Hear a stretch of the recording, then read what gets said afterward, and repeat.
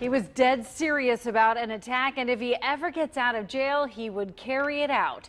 The accused Tri-State terrorist confesses in a broadcast interview earlier tonight.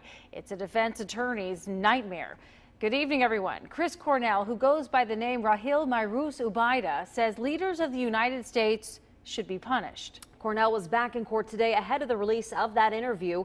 Not on your sides, Evan Millward joins us now live with why one expert says the new statements may help.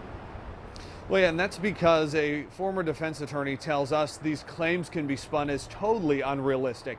Chris Cornell says in that new broadcast interview he was and is still seeking retribution. The Oak Hills grad blames U.S. officials for Muslim deaths in the Middle East. We've seen the progression from young wrestler to accused jihadist, now a federal prisoner.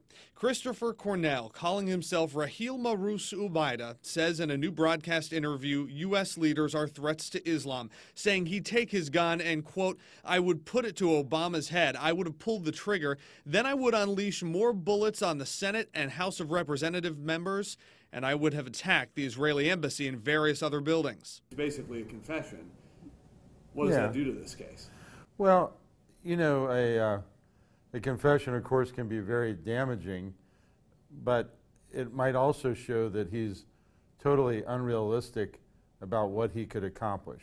Veteran criminal defense attorney Mark Crumbine says, as odd as it seems, Cornell may have helped his case. Cornell was tackled outside a Tri-State gun range in January, accused of trying to buy guns to shoot at people as they ran from the Capitol he planned to attack with pipe bombs. Seemed like he was talking with glee about all these things, which again might just indicate he's really so out of it and so mentally off that, you know, that's part of what's going on here. In the interview, Cornell sounds a far cry from the lost and shy young man his parents knew.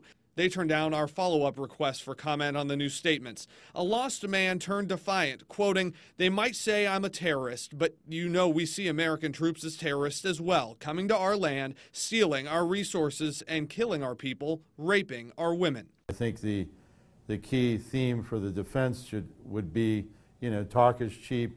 If without the ability to take action, it's just talk and not a crime. And despite what now sounds like a confession, Cornell has pleaded not guilty. He does face several counts, including attempted murder of government officials and solicitation to commit a crime plus a firearms charge. He faces up to 40 years in prison. We're live in Mount Adams tonight. I'm Evan Millward, 9 on your side.